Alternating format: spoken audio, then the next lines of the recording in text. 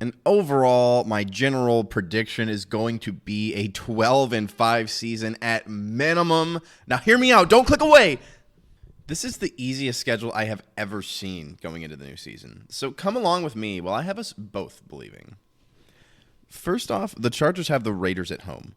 There's no shot they lose to these guys unless Herbert's foot is still hurt. Even then, I think the stick-led Chargers with a running back committee can definitely stand a chance against a quarterback-confused Raiders team early in the season. Then it's the Carolina Panthers. I don't need to say any more, really, but I think the Bolts defense will eat their rebuilding offense alive, while the Chargers offense slowly wears down the star-studded Panthers defense now that is losing a key run-stopping frontman. Next up, it's the Pittsburgh Steelers, who will hopefully still be having a quarterback battle because I have the Chargers dispatching them in a close one.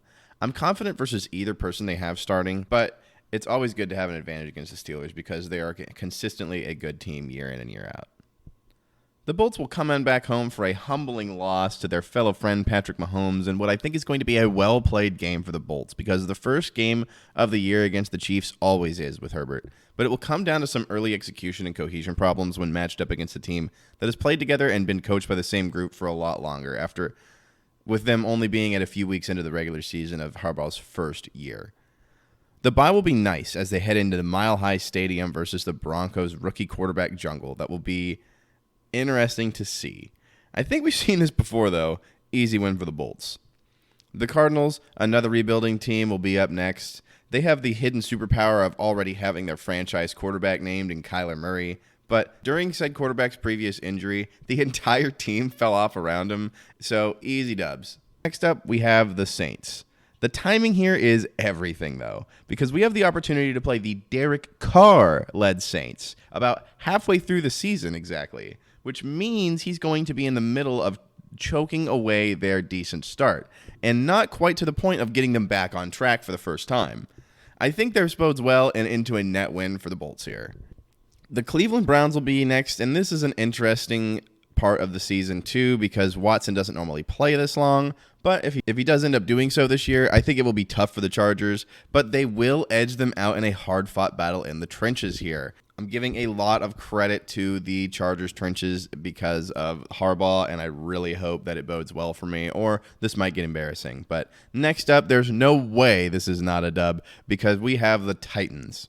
These guys are in full rebuild mode and have a new coach as well, so I think the Chargers will walk all over them just by personnel diff, just the old wallet smack right to the face, if you will.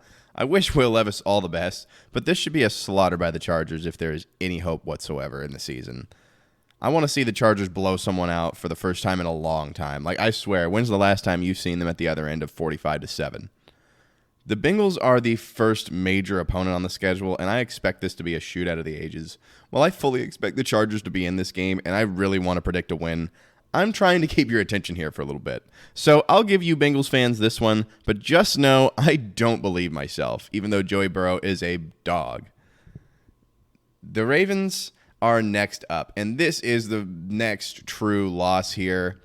After the loss at the Bengals, the Chargers have never really been able to beat the Ravens, it seems. I always write them off at the beginning and the middle of the season when I see them on the schedule, and it always turns out to be a loss. I think the Chargers, former Ravens quarterbacks and all, sit there at home as the Ravens come in and beat them in a close one with Lamar and his hopefully best supporting cast yet, turning out a really good game against the Chargers as they always do.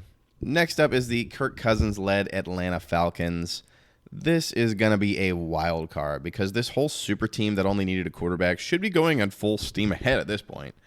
But the cohesiveness of these moves is never quite clear until we see the product on the field for a few weeks. So this is a hard one, but I'm giving the Bolts the win in the gray area here because this might be all blown up by this time of the year. And next, the cloud show is over, though. I'd like to say the Chargers go 1-1 with the Chiefs, but I think they play them too early at home and too late away in Arrowhead, and I think they're setting themselves up to beat them, of course, a third time in the playoffs. So they lose this one, but it's a real charging of a loss. One that Harbaugh is going to get a real good look at and be able to diagnose ways to control it in the future, I hope, because Yeah, it's going to get ugly in my opinion. It always is the second matchup of the year for some reason. The next up is the Buccaneers, who I think they have a great team, but this is going to be one of those games that's painful to watch because it's going to be a defensive showcase. We're going to want to be seeing the offenses. We're going to see the defenses here. For some reason, I just have a feeling. The Bucs will pull it out, though, in a rough loss for the Bolts, especially after they're going to be going over fundamentals for an entire week because of the previous loss. But it's going to look a lot better in this one than the previous week as far as execution. The Buccaneers are just a good team. Let's speed into the conclusion of the season where they have the division lessers sandwiching the former key to the team's misery, the Patriots. Needless to say, I think Herbert will be in full swing during this last 3 games of the season, and they're going to be firing on all cylinders versus rosters that are not as well formed, don't have a top 15 starter, and are even or worse than the Chargers on defense. It will also be later in the season, and superstar players on all 3 teams, if they have any at all, will become discontent with the way the season's probably gone at this point, and will be showing it with their play. If you're still with me, then you too think the Chargers are going to be going 12-5. I'm so excited to think you agree and think that this is a low ball on the true ceiling that they truly have. On the way to an undefeated season, tune in Wednesday and see why I'm so excited about this year. And until next time, boys, subscribe.